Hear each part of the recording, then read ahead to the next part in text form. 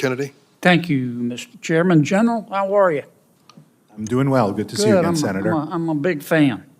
Director Peters, you're the director of the Bureau of Prisons, is that right? That's correct, sir. You used to run the correction system in Oregon, right? That's correct. Yeah. Oregon legalized drugs, is that right? That's correct. Oregon's about to reverse that, is that correct? Senator, I'm not familiar with the policy proposed to reverse that. Oh, you just ignored Oregon? Oregon still has a very special place in my heart, sir. Okay. You haven't read any of the articles about the reversal? I haven't, Senator. You don't know anything about it? Correct, sir. Okay, wow. You're in charge of implementing the First Step Act, Director? That's correct. How many criminals have you released under the First Step Act?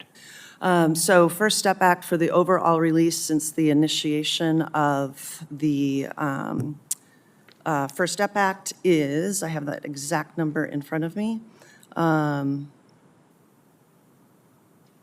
You don't know off Thought the I top of did. your head? Sorry, Senator. So 70% of those that were released, we have about 30,000 individuals that have been released since the passage of the First Step Act. All right, so you've released 30,000 criminals under the First Step Act. Okay? And how many of them, before you released them, did you contact any of their victims to say we're about to let this guy out?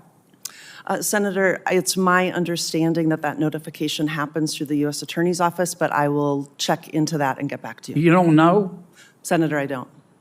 Have you followed up with the U.S. attorneys to say, do you have a system to say, hey, we're about to let this guy out? Would we want to be sure the victim's contacted? As a former victim's advocate, I share that value, that victim notification should happen. I'll check on the process. And I'll But get you back don't to know if it's happening. That's correct, Senator. Wow. Okay, of the 30,000 criminals you let free, how many of them have come back? Have committed a crime again, hurt somebody else? So that number is one that we're still looking at as it relates to the recidivism rate for those that were released on the First Step Act. You don't have any idea? No, Senator. You don't have anybody at the Bureau that can count? I do not have that number in front of me today, So let me get Senator. this straight. The First Step Act was passed in 2018. This is 2024, am I right so far? That's correct. That's 6 years.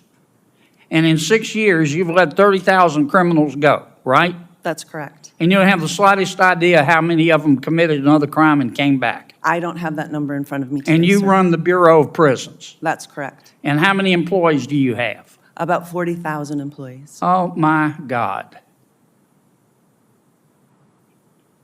Oh, my God. General, I know you got a lot to do, but could you give us a hand here? And let's find out whether the First Step Act worked. And how many, if we've released 30,000 criminals after 6 years, our director here doesn't know how many have committed another crime and come back? Can you help us? Senator, I can certainly follow up on that issue. I will just say in terms of work we've done in the past, for example, on compassionate release, and going to the Bureau of Prisons, this is before Director Peters was there, and asking them for data on compassionate release, because that was one of the issues that has come up.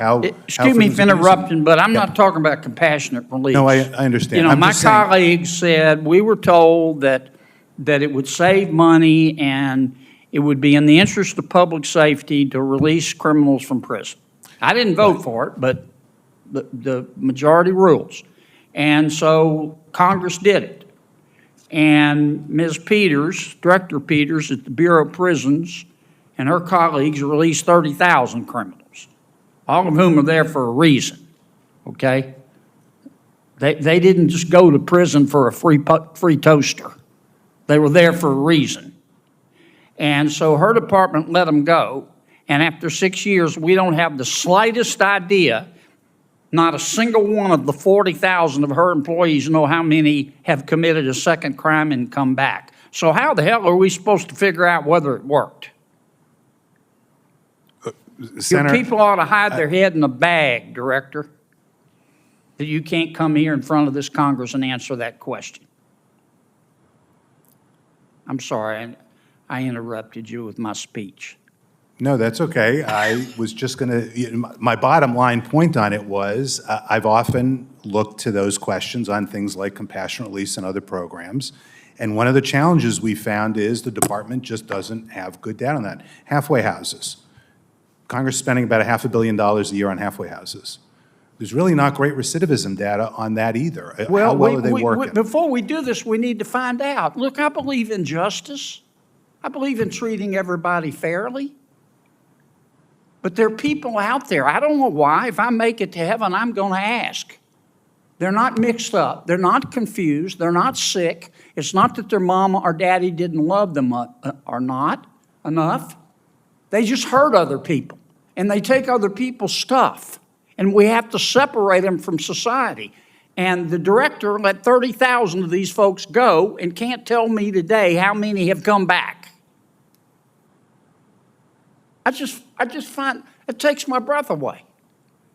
With 40,000 people. How many of your 40,000 people are actually coming to work or are still working from home, Director?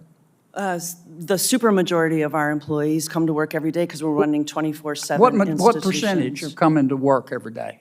The percentage is quite high. I don't have the exact You number. don't know? But Well, maybe there's your problem. the supermajority of our individuals come to If they're work not coming at to our work, institutions. they can't give us the answer. I've gone over. I'm sorry, Mr. Chairman. This is why people hate government and don't trust government.